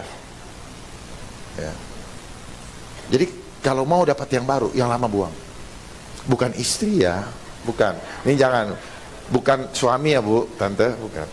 Ini bener-bener nih. Ya. Tanggalkan manusia lama, pakai manusia baru. Nah, bicara iman teguh seperti tadi yang saya sampaikan, seringkali kita pikir kita beriman teguh, tapi keteguhan kita salah, dalam pemahaman yang salah. Kita pikir kita teguh, tapi karena kita disesatkan, kita beriman, tapi sebenarnya kita sudah tidak beriman. Seperti yang banyak selama ini. Yang penting percaya Yesus, gak cukup. Kita harus action. Tuhan butuh action, Tuhan tidak butuh teori. Yesus itu ingin apa? Iman, praktek iman. Itu yang kita perlukan. Begitu ada sesuatu yang tidak benar, tolak dalam nama Yesus. Ada tawaran yang nggak benar, hasil korupsi sama enggak, lewat hikmat. Hikmat itu cuma satu kok, takut akan Tuhan, nggak repot. Ini ada barang curian, ini barang korupsi, ini barang halal. Udah, hikmat barang halal, walaupun nilainya kecil secara kuantitatif. Itu hikmat. Disuruh begini, enggak berhikmat. Beda dengan pemahaman hikmat yang saya dengarkan selama ini. Oh kan kita harus berhikmat. Ya. Seperti ada adik saya di belakang tuh, yang pakai baju putih. Mungkin dia pakai gitu karena dia merasa berhikmat. Itu bukan berhikmat, itu kena tipu daya. Jadi waspada itu dari tipu daya iblis. Dan banyak di antara kita tertipu. Pakai ini, wah, ini tempat steril. Jadi kalau kita datang ke sini masih pakai masker, itu berarti tempat ini tidak ada kuasa. Serius. Tuhan marah. Kenapa? Dia yang menghidupkan kita, dia juga yang mengambil. Ketika kita kecewakan dia bilang kau coba-coba sama saya. Apa gunanya? Bagaimana mau menjadi saksi Kristus? Bagaimana mau menjadi medianya Kristus? Sementara kita sendiri tidak menampakkan refleksi dari kemuliaan dia. Sampai di sini paham ya? Ini yang dibilang roh keberanian. Gitu. Cantikmu mulai muncul. Tuhan kasih muka cantik. Ini tanda apa? Ini the symbol of slavery. Ini adalah simbol perbudakan. Tahu nggak makna cuci tangan? Cuci tangan itu seperti Pontius Pilatus. Kalau ada masalah mereka nggak mau tanggung jawab. Tahu nggak kenapa mereka bikin 6 feet untuk berjarak yang mereka sosialisasi? Ini adalah upacara ritual iblis, setan ketika dia mempersembahkan nyawa. Tahu nggak yang disebut dengan protokol setan itu? Mempersembahkan nyawa, mereka dapat duit. Ya. Ini semua. Tahu nggak kenapa dia gini-gini? Dia mau rusak talamus kita, signal kita yang terhubung dengan Tuhan. Dan kita kehilangan hormon melatonin dan hormon serotonin. Ada di sini semua. Jadi jangan tertipu. Menghormati apa? Hormati dia. Gak ada yang lain dihormati. Hormati dia. Maka kau tahu siapa yang harus dihormati. Hormati dia. Jangan hormati siapa-siapa. Dengan kita menghormati yang Maha Kuasa, maka dia sendiri yang akan kasih tahu kepada kita, Anda dihormati oleh dunia ini. Jangan takut. Kita punya kuasa. Karena kuasa kita ada nafas Allah. Ini yang membuat kita berkuasa. Anda bisa mencipta, jadi maka jadilah. Mulai praktekkan. 5 roti dan 2 ikan bukan mitos, bukan hanya sekedar sejarah, tapi saat ini juga kita bisa praktekkan. Amin. Miliki iman seperti itu untuk melepaskan diri kita dari ketergantungan akan angka yang selama ini sudah membius kita, membuat kita tidak bisa berbuat apa kalau tidak ada angka.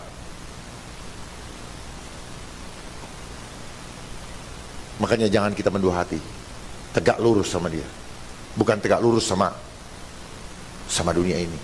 Dunia ini minta kita menjilat dia. Tuhan ingin kita menyembah dia. Kita pilih Tuhan. Waktunya sudah sangat singkat. Jangan main-main. Jangan main-main. Jangan main-main. Semuanya sudah sangat singkat. Tahun 2023, tahun 2025, mission mereka accomplish. Sistem kontrol seluruhnya digitalisasi.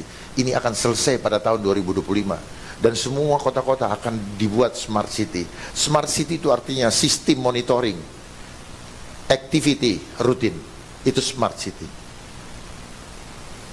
Smart city, city-nya smart apa kita yang smart? Enggak, orang yang punya sistemnya yang smart. Kemanapun kita pergi ketahuan. Kemanapun kita ingin, kita nggak bisa ngapa-ngapain. Dia mau bunuh, kita bisa dibunuh. Kita pesan ojek, pesan online makanan, dia tahu saya pesan, dia bisa kasih racun. Baru nyampe di sana saya makan racun. Hati-hati.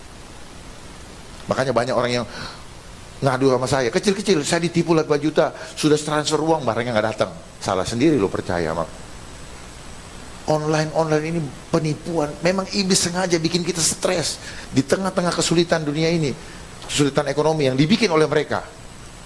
Ini semua kesulitan dibikin oleh mereka. Terus dagang online ditipu lagi.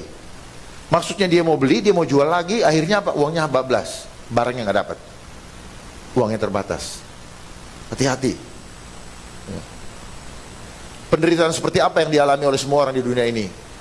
1 Petrus 4 ayat 1. Jadi karena Kristus telah menderita penderitaan badani, ini aja, kamu pun harus juga mempersenjatai dirimu dengan pikiran yang demikian. Persiapkan pikiran kita bahwa kita juga bisa mengalami seperti ini. Ya. Siap nggak?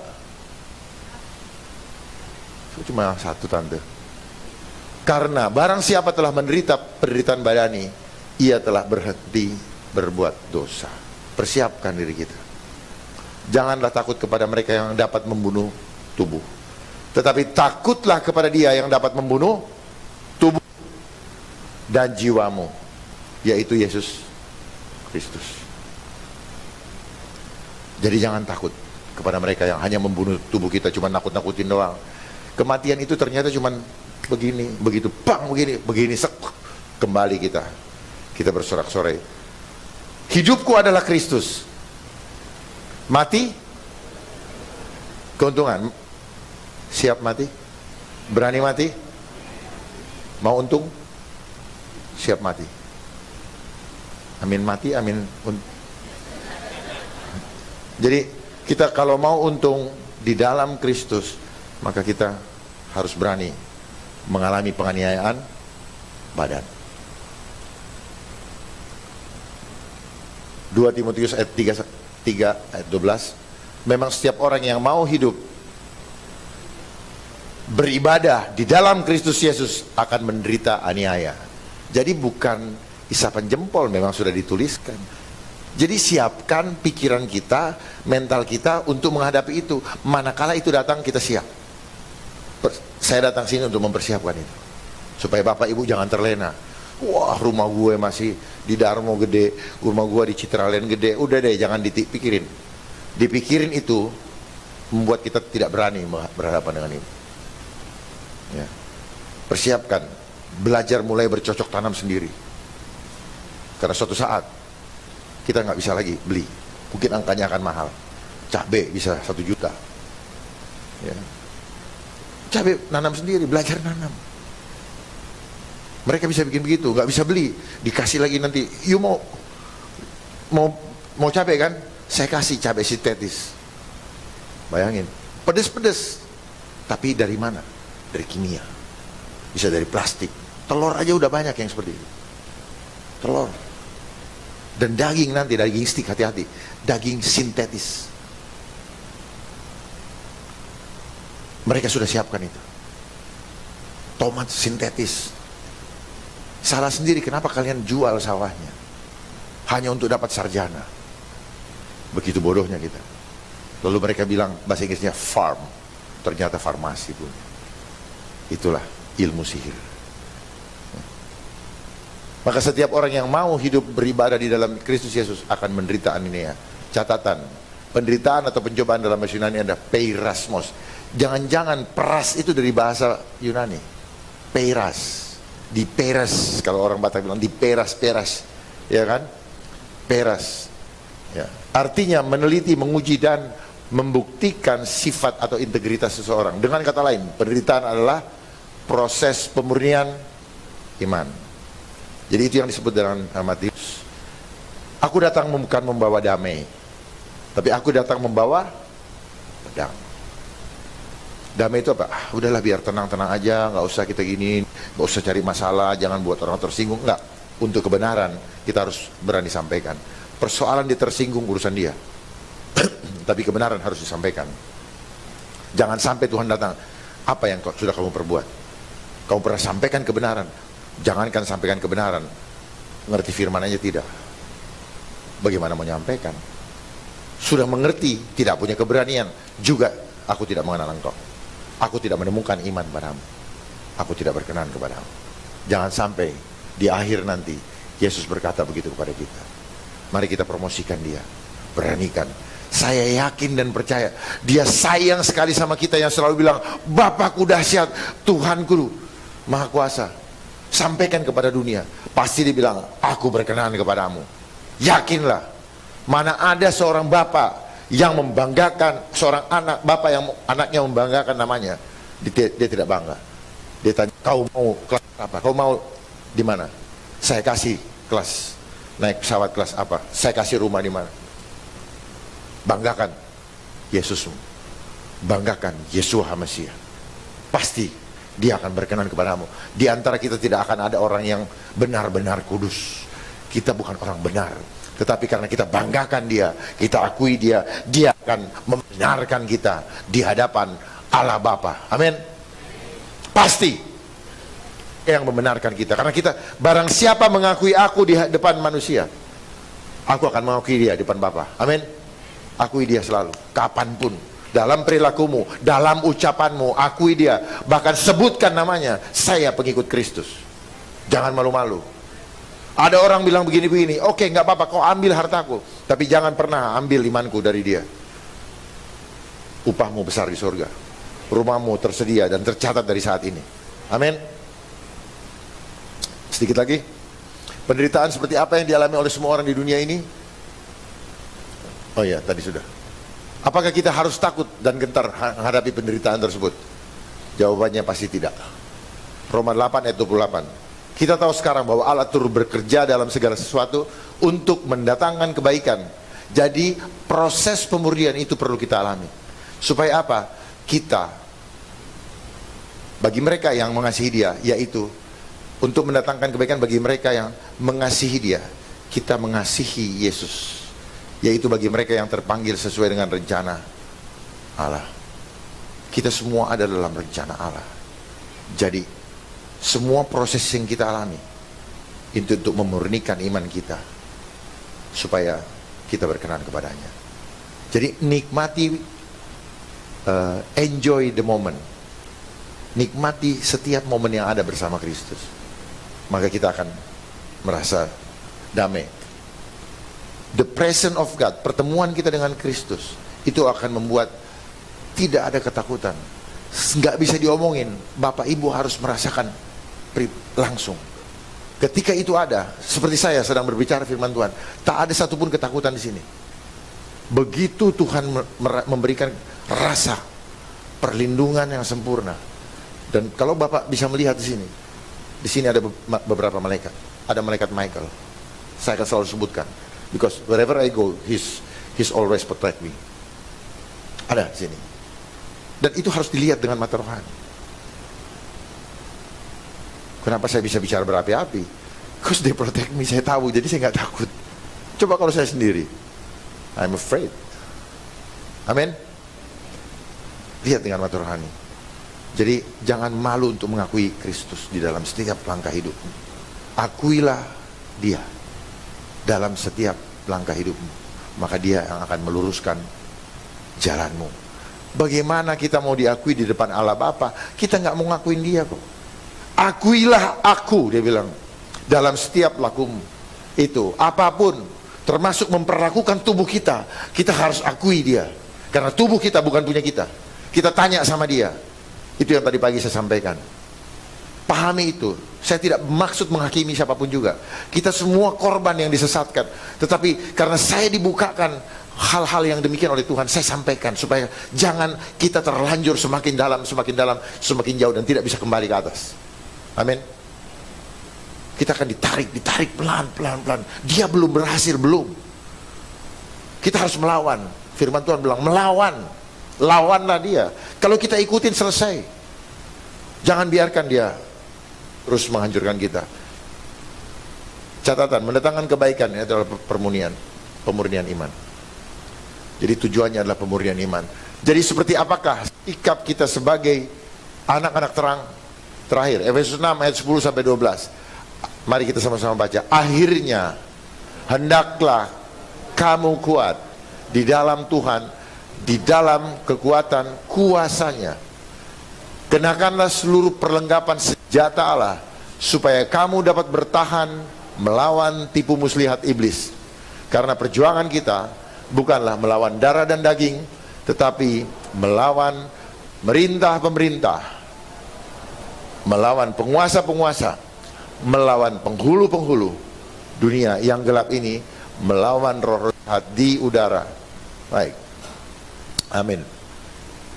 Akhirnya hendaklah kamu kuat di dalam Tuhan, di dalam kekuatan kuasanya. Bagaimana kita bisa kuat kalau kita tidak tahu bahwa kita adalah diciptakan serupa dengan gambar Allah, yang punya kekuatan Allah. Kita berkuasa atas bumi dan segala isinya. Kenakanlah seluruh perlengkapan senjata Allah, seperti orang mau berperang. Kenakan semua apa yang kekuatan sudah Tuhan. Jangan kita kurang-kurangin. Jangan kita korupsi kebenaran. Apa itu perlengkapan senjata Allah? Firman-Nya.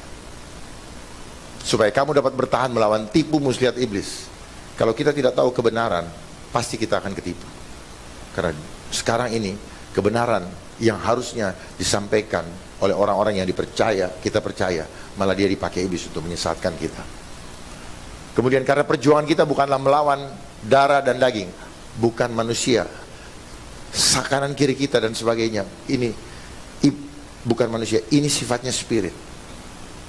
Ya, kita hancurkan diri kita sendiri seringkali karena kita punya musuh yang mengintimidasi pikiran kita. Jadi kanan kita, kiri kita harus saling kasihi. Ya. Jangan saling menghakimi. Kita tidak punya hak, hanya dia yang berhak. Tetapi kalau ditegur, terima itu sebagai belas kasihan yang disampaikan Tuhan melalui orang-orang sekitar kita. Bahkan anak kecil bisa dipakai untuk menyampaikan itu. Terima, peka dengan suara hati Tuhan. Tetapi melawan pemerintah-pemerintah, ini ada kaitannya dengan Roma 13 ayat 1. pemerintah, ini pemerintah alam roh. Ya. Alam roh yang mana? Yang bisa mengalahkan pemerintah alam roh, ya hanyalah pemerintah kerajaan surga. Jadi Roma 13 berkaitan dengan ini. Ya, dia tidak berbicara pemerintah yang pakai pangkat-pangkat ini, enggak, bukan. Firman Tuhan sekali lagi bicara roh. Jelas ya? Jangan ditipu-tipu. Bicara roh. Saya tegas sampaikan bicara roh. Kami ini nggak ada apa-apanya, begitu diambil rohnya begini juga. Jadi bicara roh, ini bicara mengenai kehidupan kekal. Pemerintah melawan penguasa-penguasa. Karena ada penguasa-penguasa di udara. Ada pemegang otoritas. Nah, manusia dipakai sebagai kepanjangan tangan. Dia pakai manusia-manusia yang melakukan sembahan kepada penguasa-penguasa alam roh. Dia diberikan kekayaan-kekayaan, dan akhirnya dia menyakinya kita. Gitu. Melawan penghulu-penghulu dunia yang gelap ini. Melawan roh-roh jahat di udara. Setiap hari peperangan adalah peperangan roh. Kadang-kadang ada orang bilang, Pak, di badan Bapak ada yang nempel. Ya memang ada. Ada yang nempel. Cuman dia tembus enggak. Jadi nggak usah takut. Dan kadang-kadang orang-orang yang di sekitar kita tanpa sadar, dia mengintimidasi kita lewat perkataannya. Tapi nggak usah takut. Tetap kasihi, karena mereka tidak mengerti apa yang mereka perbuat. Ya. Terus tadi saya dengar ada chat tadi siang di dalam itu yang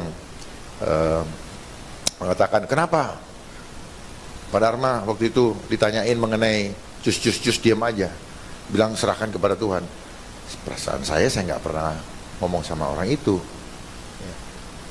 Tetap saya bilang waktu pas saya di Manado, ditanyakan, apakah boleh? Saya cuma jawab pakai firman. Tidakkah kamu tahu bahwa tubuhmu adalah bait roh Allah? Enggak, bait roh kudus, saya bilang. Karena roh yang berasal dari Allah dan diam di dalam kamu. Jadi tubuhmu bukan milikmu sendiri. Sebenarnya dia pakai tanda tanya, sebenarnya apa? Bukan milikmu lagi. Karena kamu sudah ditebus dengan harga yang lunas. Artinya apa?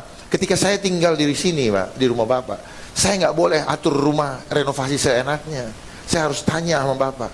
Sama juga dengan Allah. Dan saya yakin, karena bait dia kudus, maka dia pasti tidak izinkan.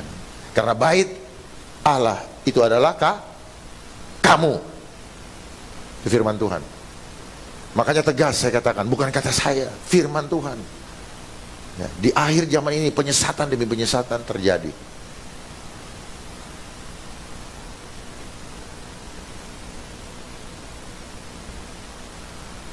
Itulah yang dapat saya sampaikan kepada Bapak Ibu sekalian.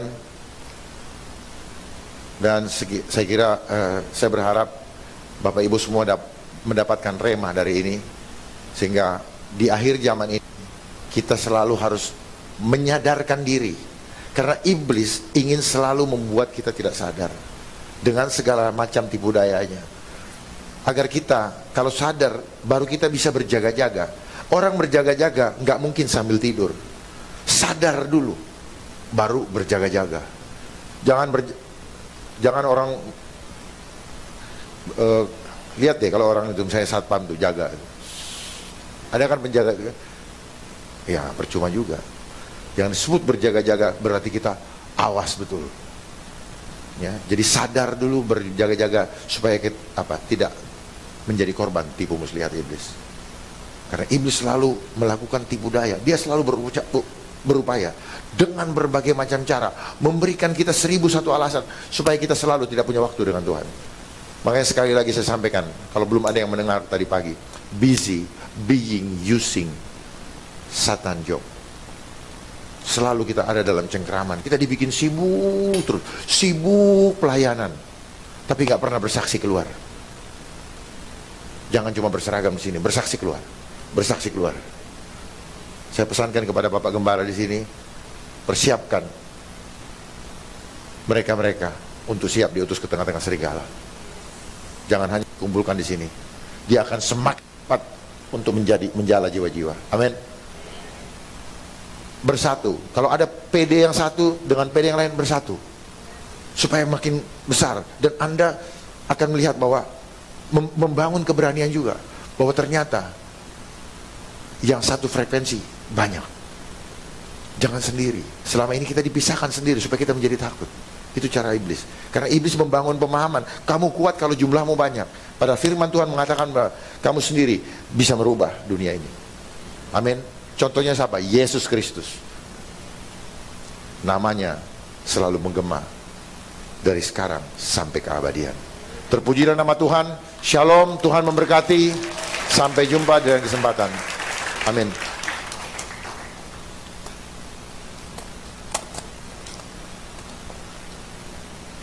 Iya, nyanyi yuk. Singer nyanyi. Saya agak kagok. Ayo.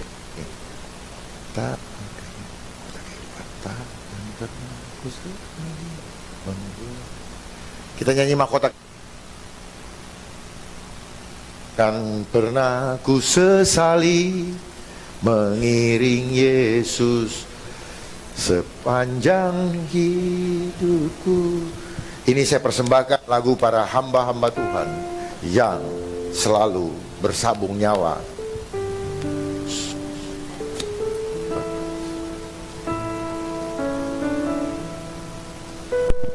Mari kita berdiri.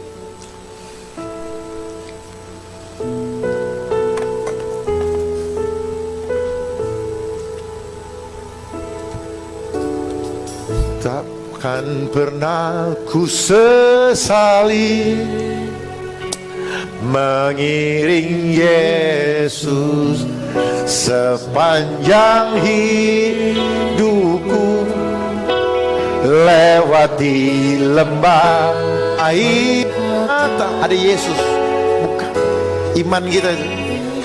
Kemurahan dinyatakan,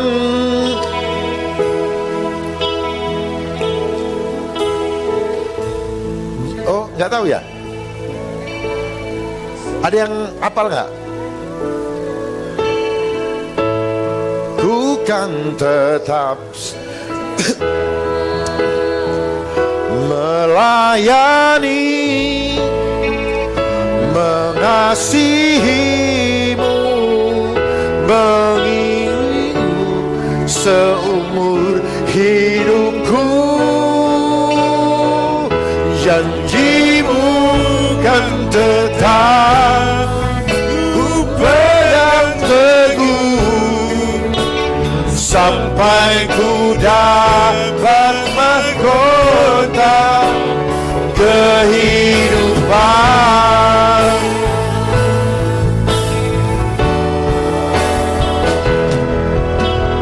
Tak akan pernah ku sesali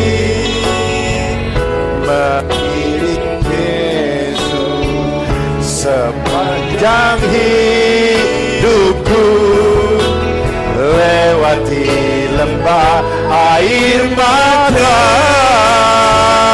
Ku saksikan kemurahan-Mu dinyatakan, berapapun harga yang harus ku bayar, ku kan tetap setia melayani,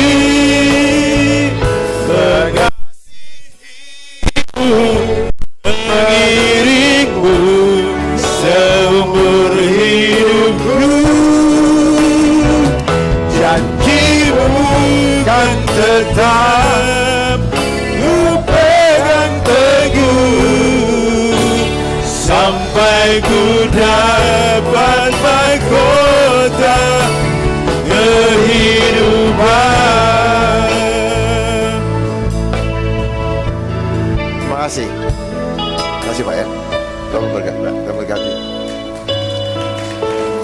Jadi kalau kita mau mendapatkan mahkota kehidupan, kita harus siap melewati proses penganiayaan.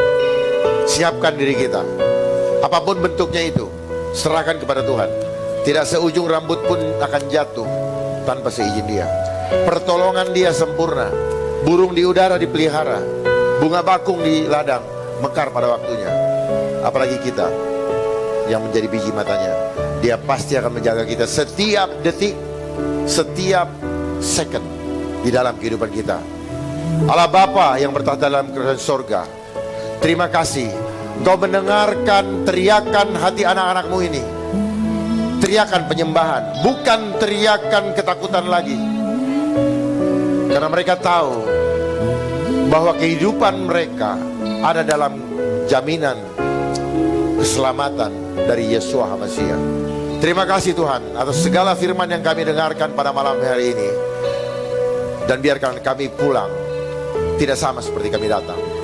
Dan kami akan menunjukkan kepada tetangga kami dan sekitar kami, bahkan dunia ini, bahwa aku adalah pengikut Kristus.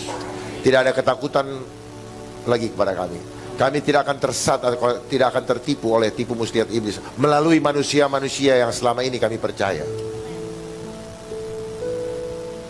Ampuni kami Tuhan atas segala kekeliruan yang tidak kami sadari, sehingga kami berjalan tidak dalam jalan kebenaran. Kembalikan kami kepada jalur Tuhan, agar kami yang sudah sering terpelecok ini tetap bangkit dan menyampaikan kabar kebenaran kepada dunia ini untuk menyambut penjemputan-Mu di awan-awan. Terima kasih Tuhan Yesus. Tumpang tangan atas kehidupan kami masing-masing dan seluruh jemaat El Bethel, mulai dari sekarang sampai selama-lamanya di dalam kemuliaan-Mu. Haleluya, terpujilah nama-Mu. Amin.